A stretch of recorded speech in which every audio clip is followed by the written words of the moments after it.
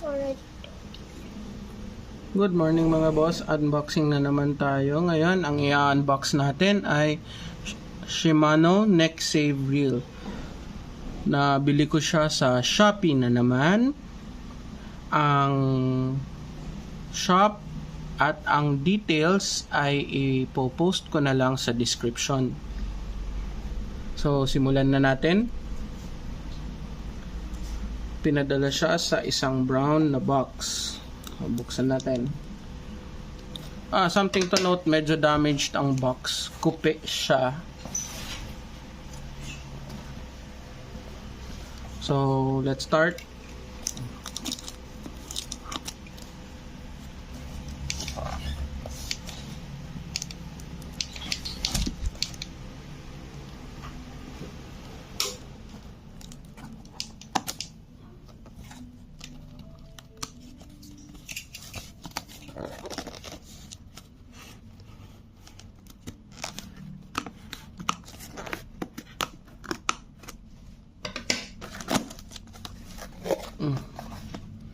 So, may sulat siyang Hapon, hindi ko maintindihan.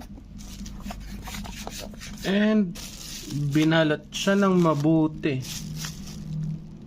So, tingnan natin kung may damage ba ang box ng reel. Galing natin. Ano tong papel? Thank you for visiting our store. Big thanks for shopping with us.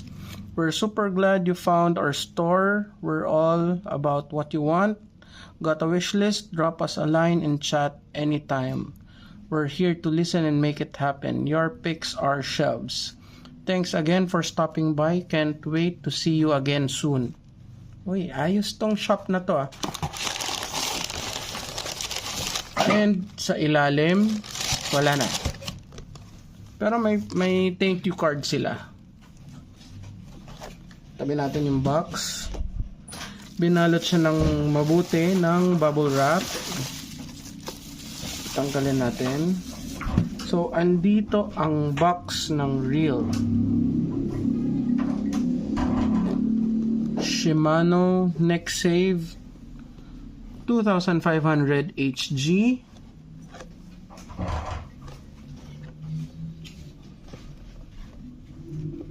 So, 6.2 to 1 gear ratio. Max drag of 4 kilograms. Weight of 250 grams. 3+1 ball bearings. 91 centimeters or 36 inches per single revolution of crank. Ang line capacity niya for timeout. Namatay yung ilaw.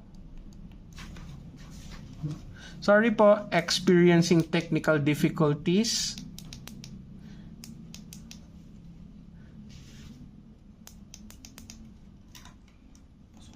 Ginalaw ng eldest na anak ko. Kaya namatay ang ilaw.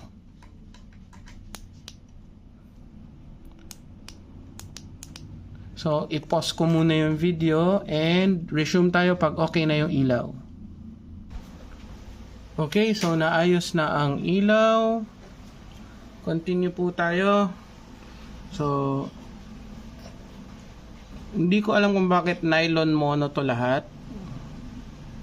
So, let's leave it at that. Simulan natin buksan. Uy, meron dito sa gilid. Ano to? Cardboard. Buksan natin.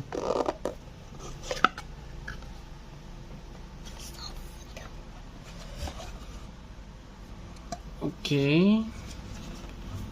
Spacer na cardboard.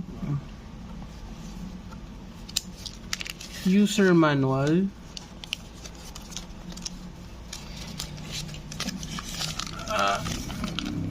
Tingnan ko muna off camera.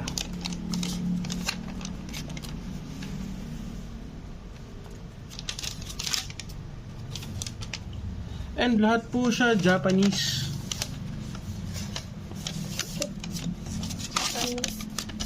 Dito pa ang kabila. Ito. understand Japanese a lot. Yes, kuya, you don't understand Japanese. Neither do I. But some watching do understand Japanese. Ito, tingnan ko din off camera. Kasi medyo malapad siya.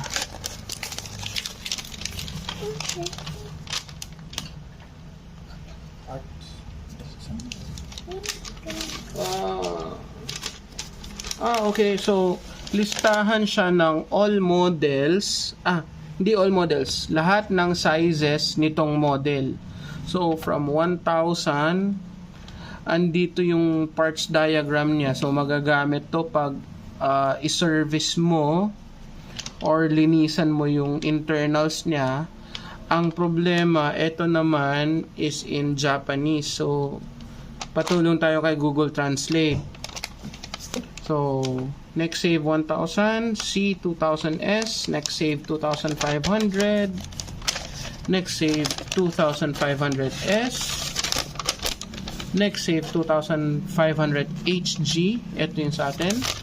Next save 3,000, C 3,000HG, next save 4,000. Tapos meron pa sa likod. Sa likod, next save 4,000 HG, next save C 5,000 HG. And sa baba, ano to? Specifications.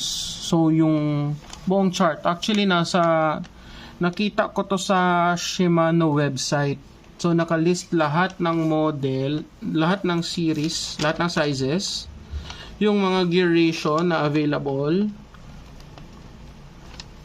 Ito is maximum drag force, weight, at line capacity for PE, nylon mono, and Power Pro, line retrieve per crank, and number of ball bearings. Nakalista po yan lahat. And then instructions: removing the handle knob, do not spray oil in the space between body and rotor. Okay, so tingnan natin tong instruction. Take off the cap, remove a screw inside the handle knob. If the cap is difficult to take off, please remove it by hooking it with a thin stick, like in the picture on the right. Do not disassemble the reel. This reel is a precisely manufactured product. Disassembling the reel may result in decreased performance and is not recommended, except for parts whose disassembly and maintenance are described in the instruction manual. Problems caused by unauthorized disassembly are not covered by warranty. Do not spray oil into the space between body and rotor. Special water repellent coatings are added to some parts of the reel to improve water resistance. Lubricant will damage water repellent coating on the parts. So, mga boss, parang sinabi na rin nila na wag bubuksan ang reel at pag masira, ito po ay disposable. Pero alam naman natin, pag nasisira, ang Pinoy, subukan ayusin. Kasi sira naman, paano mo sisirain kung sira naman? So might as well, subukan na ayusin at baka magamit pa. So eto po siya, walang grease na kasama, walang tools or kahit na ano sa loob ng box. Tingnan natin sa mga gilid niya. Lagay muna natin ang reel.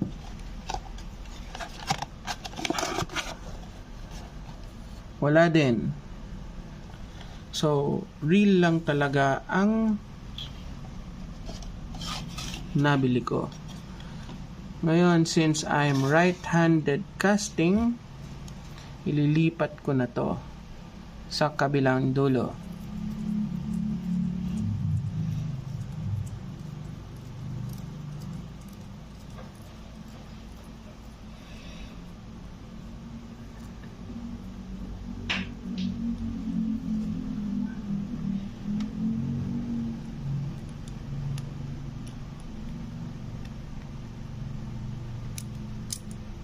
Oh, no. Yun. And ito, dito.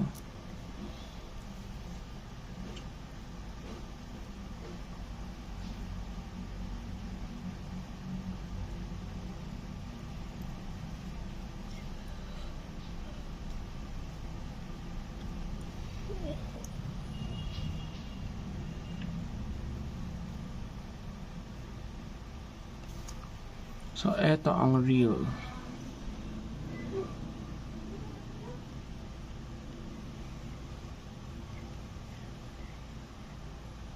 Smooth siya. Wala namang loose parts.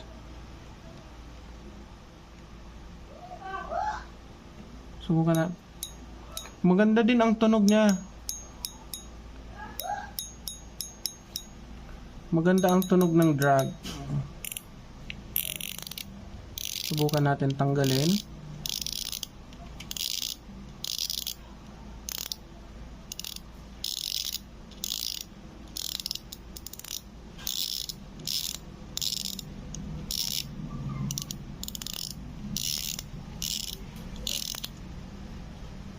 Okay.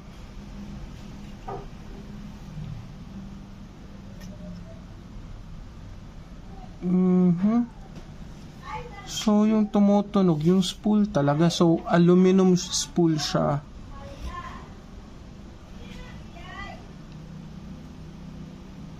So, ang price nito ilalagay ko na lang po sa description. Pero for me, for a Shimano reel, okay na ako dito. Goodbye na siya para sa akin.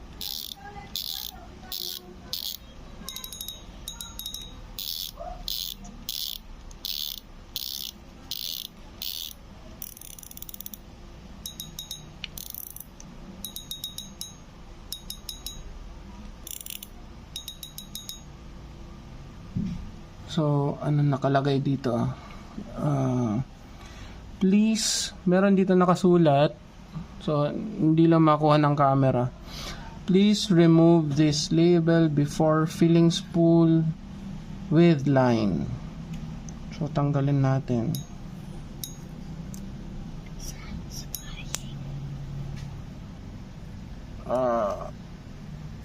Okay.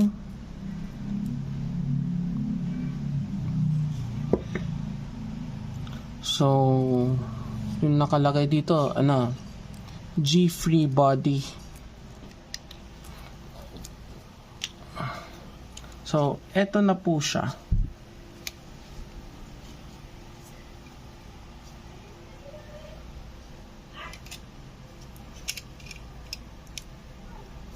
Bro, paabot bro ng timbangan. Meron tayong digital scale dito. Ang sabi nila is this is 250 grams. So, tingnan natin.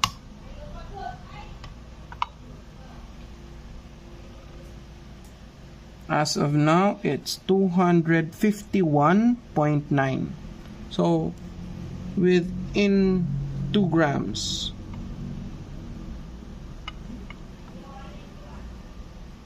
So, an error of 1%, within 1% na error sa advertised weight niya.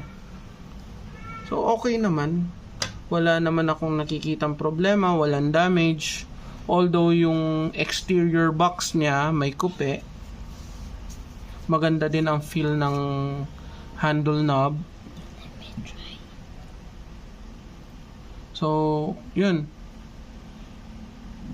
Para sa price niya na 2,000 plus, hindi ko lang maalala kung exactly how much. Nasa mga 2,300 yung binayaran ko. Okay na siya. Para sa isang Shimano na reel. So once again, it's Shimano Next Save 2500 HG. Okay, so that will be all, mga boss. So, if you like this video, leave a like, comment, and subscribe. Maraming salamat po.